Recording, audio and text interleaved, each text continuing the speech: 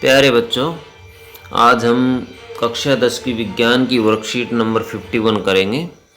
आज का टॉपिक है बच्चों आनुवांशिकता एवं जैव विकास।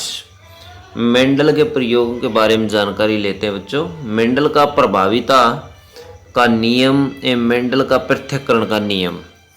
एक संकर क्रॉस। मेंडल ने मटर के उन पौधों के विकल्पी लक्षणों का उपयोग किया जो स्थूल रूप से दिखाई देते हैं। उन्होंने विकल्पी लक्षणों के साथ पौधों का संकरण किया और पहली पीढ़ी और दूसरी पीढ़ी की संततियों का अध्ययन किया और विकल्पी लक्षणों वाले पौधों के अनुपात की गणना की। मेंडल का प्रयोग देखते बच्चों क्या किया।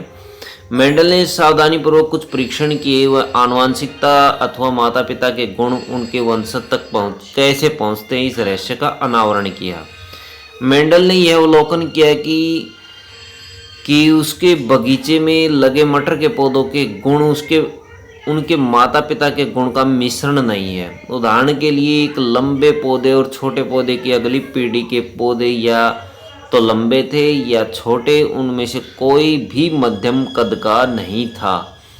इन परिणामों ने उसे आगे और गहन अध्ययन करने के लिए प्रेरित किया। उसने मटर के पौधे के साथ अपने परीक्षण का करना निश्चय किया ताकि वह जान पाए कि यह गुण किस प्रकार अगली पीढ़ी तक पहुंचते हैं। मेंडल ने लगभग 30,000 मटर के पौधों पर अगले कुछ वर्षों तक परीक्षण जारी रखे। मेंडल ने 2 मटर के पौधे लिए, एक जिनके फूलों का रंग बैंगनी था और दूसरा जिनके फूलों का रंग सफ़ेद था।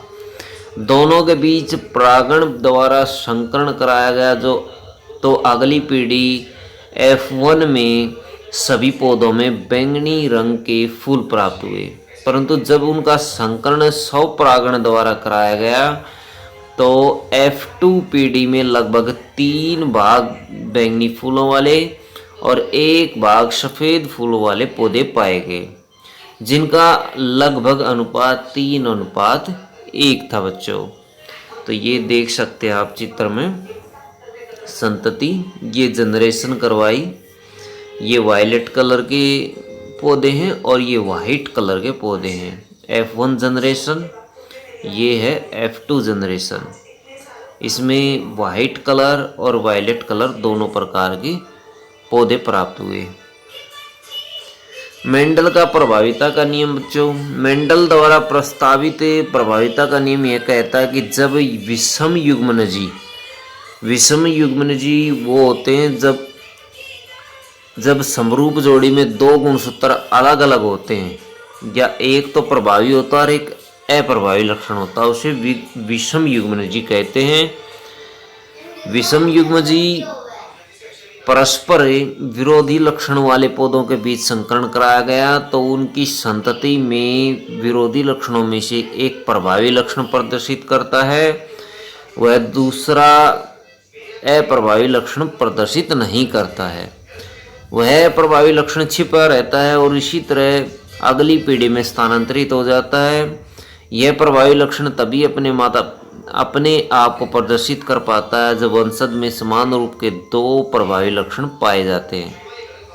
प्रभावी लक्षण क्या होते हैं? लक्षण जो अगली पीढ़ी में अपने आप को प्रदर्शित कर पाते हैं। उदाहरण के लिए गोल बीज बैंगनी रंग के फूल। अप्रभावी लक्षण वह लक्षण जो अपने आप को अगली पीढ़ी में प्रदर्शित नहीं कर पाते हैं, यानी छिप जाते हैं। मेंडल का पृथक्करण का नियम बच्चों। एक संकर क्रॉस में मेंडल का पृथक्करण का नियम यह कहता है जब एक जीव अपने गुणों को स्थानांतरित करता है तो उसके वंशज अपने माता और पिता दोनों से उस गुण का एक लक्षण प्राप्त करते हैं।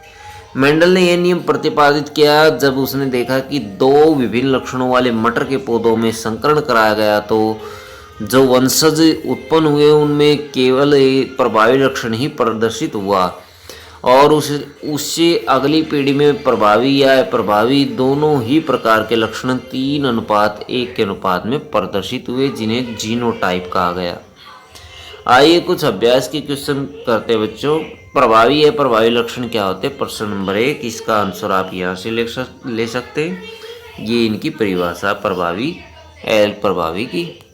प्रश्न नंबर 2, पृथक्करण के नियम को दिखाने के लिए एक शंकर क्रॉस का चित्र बनाइए। तो ये आप चित्र बना सकते हैं। विषम युग्मजी को परिभाषित कीजिए। विषम युग्मजी बच्चों आप ले सकते हैं, ये ब्लैक अक्षरों में जो परिभाषा वो विषम युग्मजी की परिभाषा है।